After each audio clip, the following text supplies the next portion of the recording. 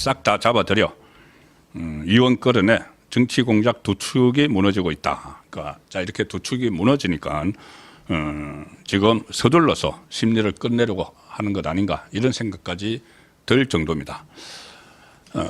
일단 두 축이 무너지고 있다는 것은 어제도 제가 계속 말씀을 드렸죠.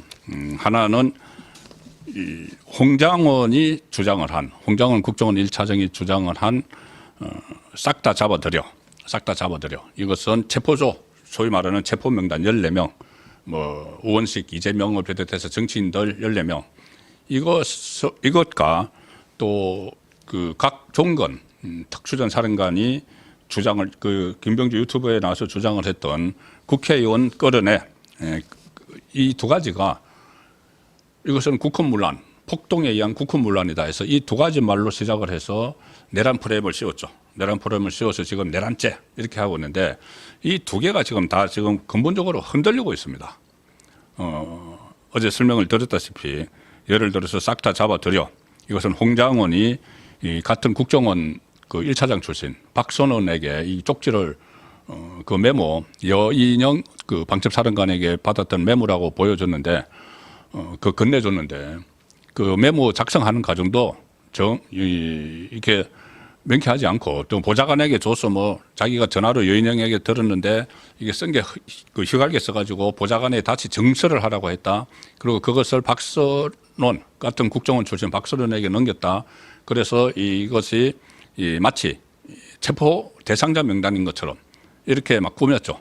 그런데 여인영은 체포라는 말을 한 적이 없다. 근거라는 말을 한 적이 없다. 그리고 그것은 위치 추적용이었다는 이야기가 그 여인영 쪽에서 나옵니다. 위치 추적이면은 김용현 전 장관이 이야기했듯이 그 명단은 본인이 김용현이 작성을 했는데 체포를 하라는 게 아니고 포고령 1호 위반을 할 가능성이 있는 포고령 1호가 정치활동 금지죠. 그 가능성이 있는 사람들에 대해서 동향 파악을 하라는 것이었다. 그러면 동향 파악을 하려면 위치 추적을 해야 되죠.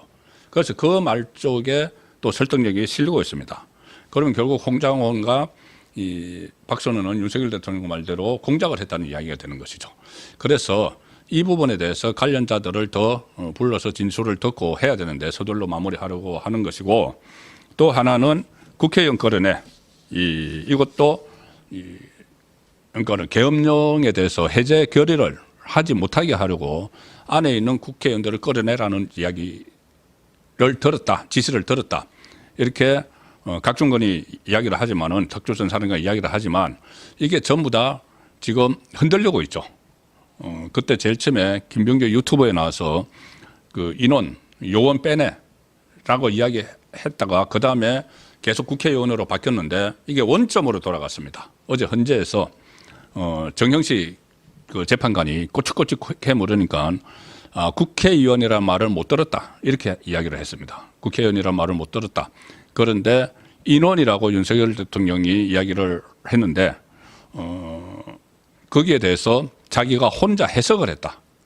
이 혼자 해석을 해서 인원이라면은 그 안에 그때 그 707 요원들이 안 들어가 있었기 때문에 국회 본회의장 안에 국회의원들이라고 해석을 했다. 이렇게 이야기를 했습니다. 그런데 그러면 말이 안 되는 거죠. 요원이 없는데 어떻게 끌어냅니까? 누가 끌어냅니까? 그러니까 말이 안 되는 이야기를 계속 하면서 말을 바꾸고 있는 것이죠.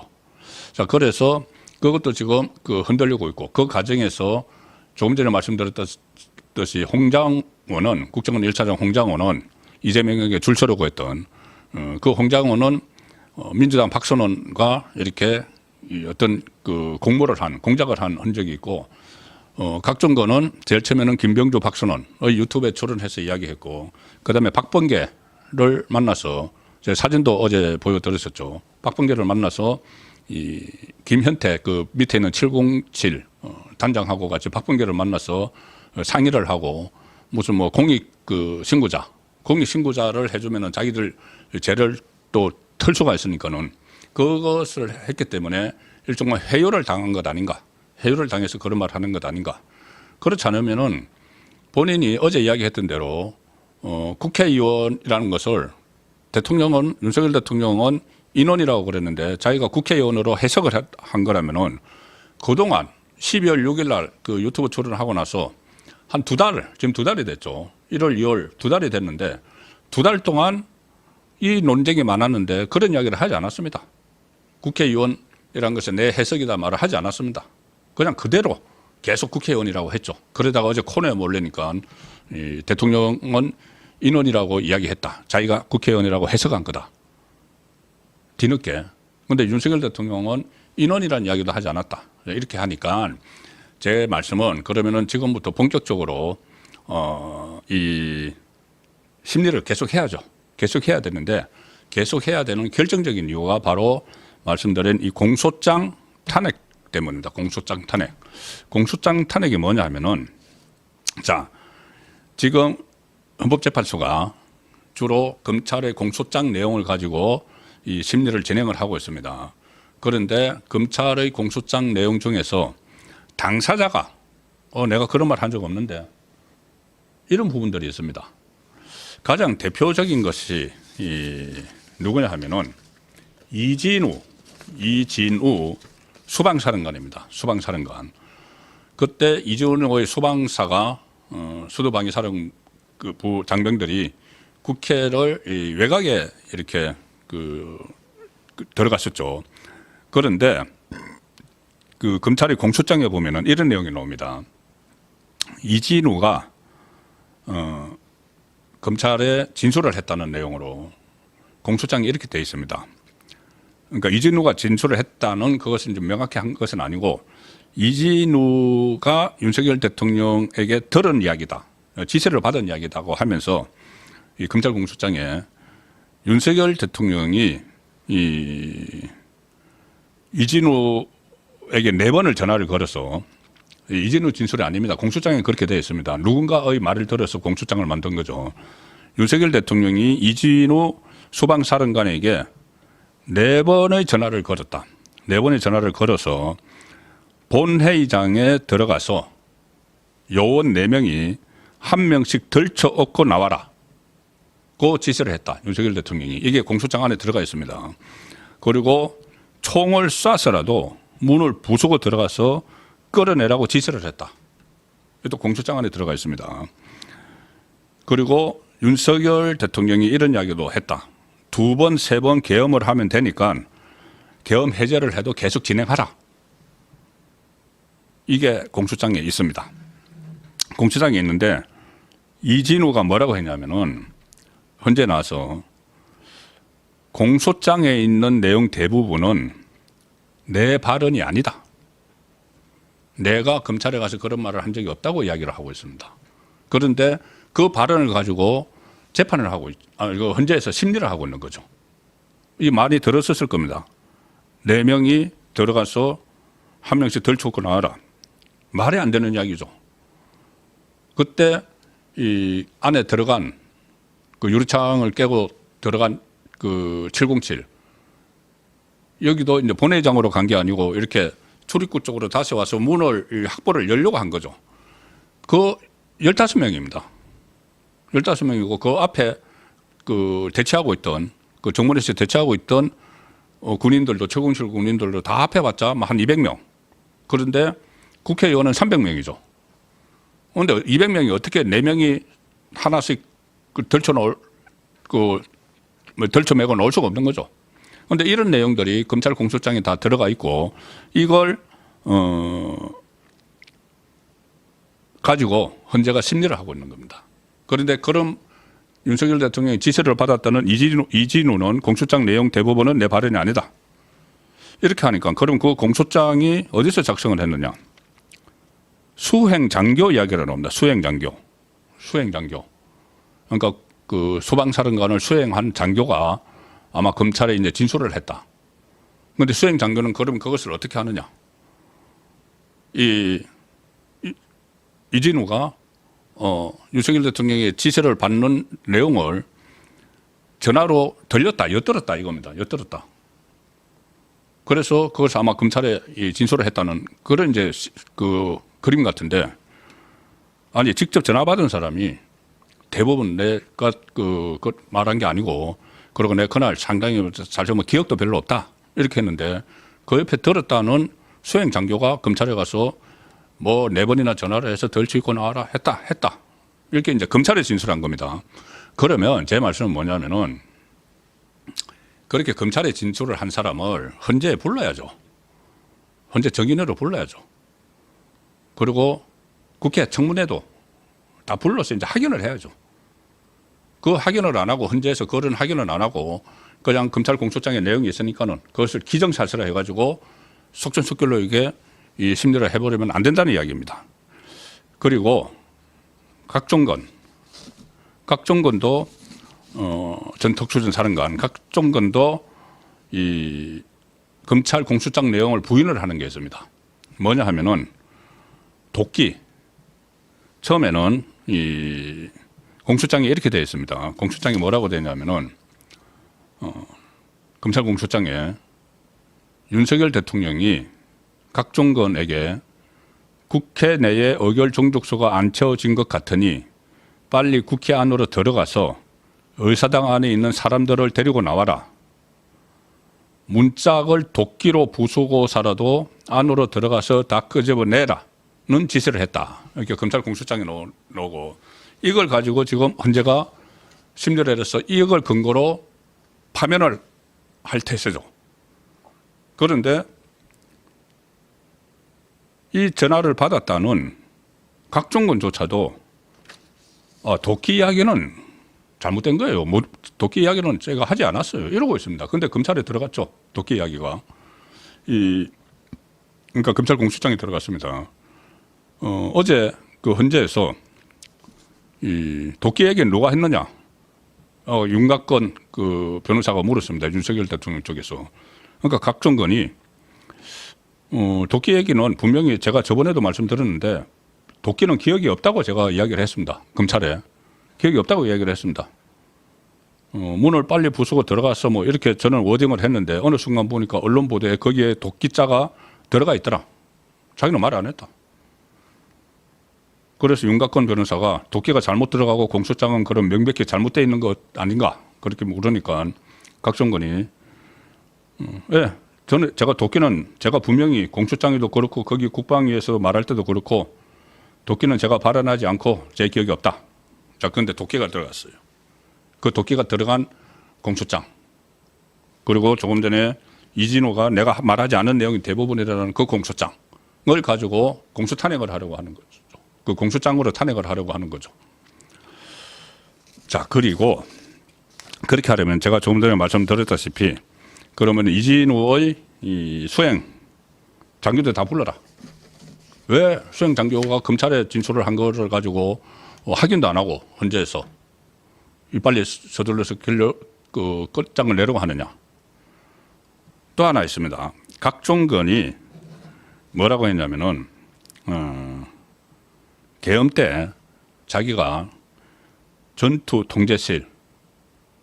통제실에서 화면을 보면서 혹시 서울의 봄이라는 영화를 보셨으면은 그때 이제 전투 통제실이 많이 나옵니다.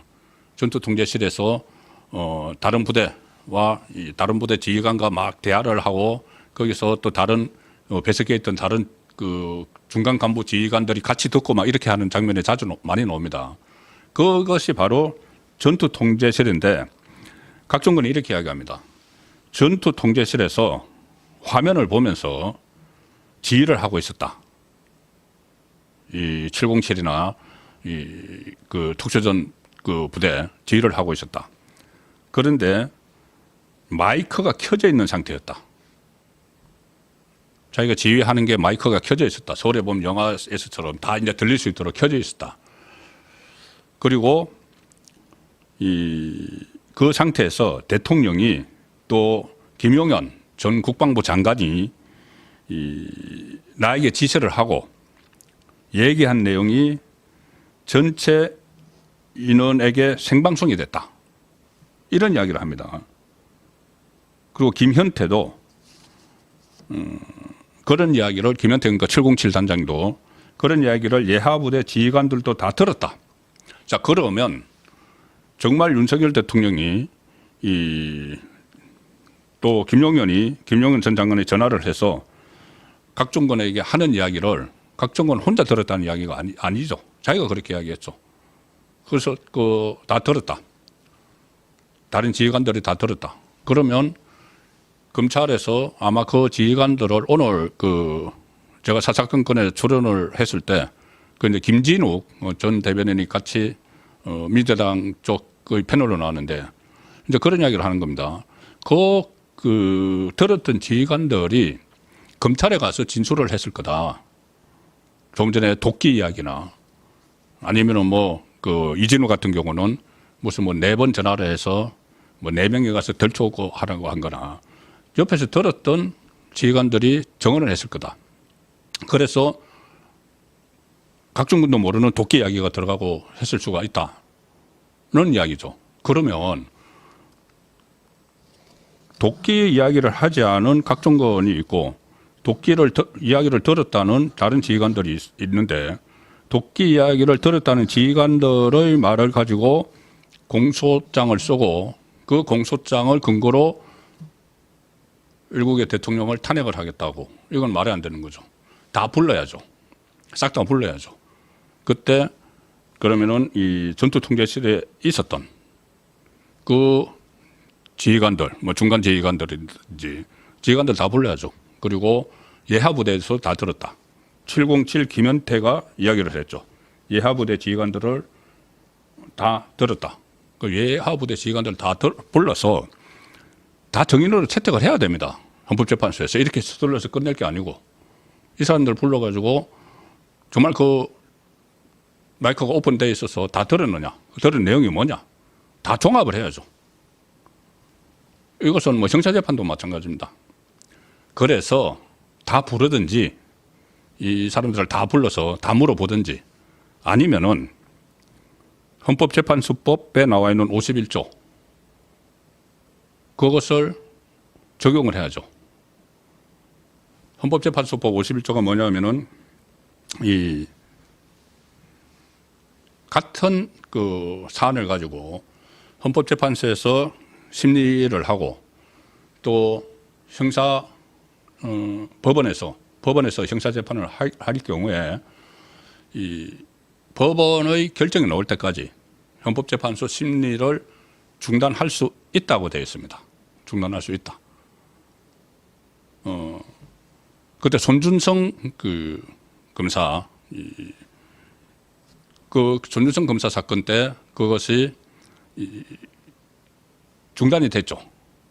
그 대법원 판결을 하고 있기 때문에 법원 판결을 하고 있기 때문에 헌재 심리를 중단을 시켰습니다.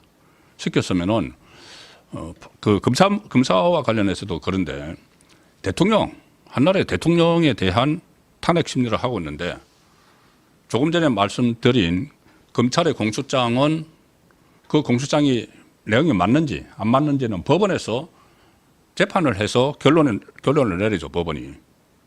그러면은 이 검찰은 그 공소장 내용이 맞다고 하는 것이고, 그 다음에 그 윤석열 대통령 쪽에서의 변호인들은 그것이 오류가 있다, 하자가 있다고 하는 것이고, 그럼 그 결론을 법원이 내립니다. 그러면은 그때까지 기다려야죠. 헌법재판소법에도 그렇게 할 수 있도록 돼 있기 때문에. 그런데 그렇지 않고 공소장만 가지고 법원이 판단을 하지 않은 공소장만 가지고 한나라의 대통령의 거취를 결정을 한다. 그러면은 이것이 나중에 법원에서 이 사건을 각하를 하든지 아니면 무죄를 하든지 각하 가능성이 지금 계속 나오고 있죠. 왜 그러냐면은 이 수사권이 없는 공수처에서 편법적으로 법원 쇼핑을 해서 영장을 발부받았고, 그리고 기소를 한 검찰이 단 한 번도 대면 조사를 하지 않고 기소를 했고, 그래서 지금 오히려 불법 구금 상태라는 이런 법조계의 의견들도 있습니다. 자, 그러면은 이게 나중에 혹시라도 각하가 되면은 지금 헌법재판소가 법원의 판결을 기다리지 않고 지금 조금 전에 제가 처음에 말씀드린 대로 이달 말이나 다음 달 초에 결론을 만약에 파면적으로 결론을 내버리면 60일 있다가 조기 대선 치러지죠. 그러면 새로운 정부가 들어서죠. 누가 되든. 새로운 정부가 들어선 상태에서 여기서 윤석열 대통령의 재판이 각하가 돼버리면은 그러면 그 혼란은 어떻게 수습이 안 되는 거죠. 그래서 헌재가 정말 이 법원의 재판까지 안 기다리려면은 1심이라도 선고 나올 때까지 못 기다리겠다면은 어차피 그 180일 하도록 되어 있습니다. 그 헌법재판소법에 한 6개월 하도록 되어 있습니다. 그리고 6개월 넘은 사람도 많죠. 과거에 뭐 이정섭 이재명 수사 지휘했던 수원지검 차장검사도 9개월 했습니다. 9개월. 검사한 사람도 9개월 동안 하는데 대통령을 그래서 헌법재판소법 51조에 의해서 재판 끝날 때까지 기다리든지 헌재가 중단을 하든지 아니면은 검찰 공소장에 나온 내용들을 확인할 수 있는 사람들, 뭐 군 지휘관들, 중간 지휘관들이든지 그때 전부 다 오픈해가지고 전투통제실에서 화면을 보면서 마이크 켜가지고 하는 그것을 다 오픈이 되어 있다면은 그 지휘관들 다 불러서 헌재에서 일일이 다 정원 신문을 해야 된다는 거죠. 자, 그래서 이것이 두 축이 싹 다 잡아들여 그 이원거래네 윤석열 대통령이 공작이라고 규정한 이 두 축이 무너지고 있는 상황에서 헌재가 서둘러서 결론을 내리려는 시도를 하고 있기 때문에 그렇게 해서는 나중에 엄청난 후폭풍이 불 수가 있다는 점을 말씀을 드렸습니다.